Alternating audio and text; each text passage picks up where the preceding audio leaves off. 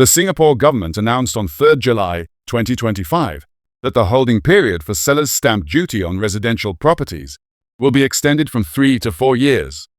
In addition, SSD rates will be increased by 4 percentage points for each tier of the holding period. These changes will take effect for all residential properties purchased on or after 4 July 2025 at 12 a.m., according to a press release issued by the Ministry of National Development. SSD is payable by owners who sell their residential property within a certain period after purchase. In 2017, the holding period was reduced from 4 to 3 years, and SSD rates were also reduced by 4 percentage points for each tier. However, the government observed that the number of private residential property transactions with short holding periods has increased sharply in recent years. According to MND, there has been a significant rise in the subsale of uncompleted units. To address this trend, the government decided to revert to the pre-2017 SSD holding period of 4 years and raise the SSD rates.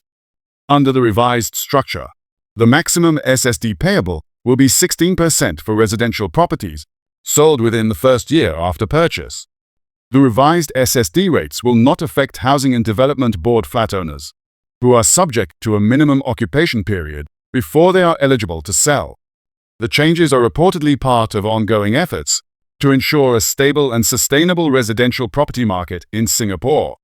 MND stated that it will continue to monitor the property market closely and adjust policies as necessary to promote prudent property purchases. The government last introduced significant property market measures in April 2023. At that time, the additional buyer's stamp duty for foreigners buying residential properties was increased to 60%. Singaporeans purchasing a second residential property saw their ABSD rise to 20%, up from 17%. Further details of the revised SSD rates are set out in an official table released by MND.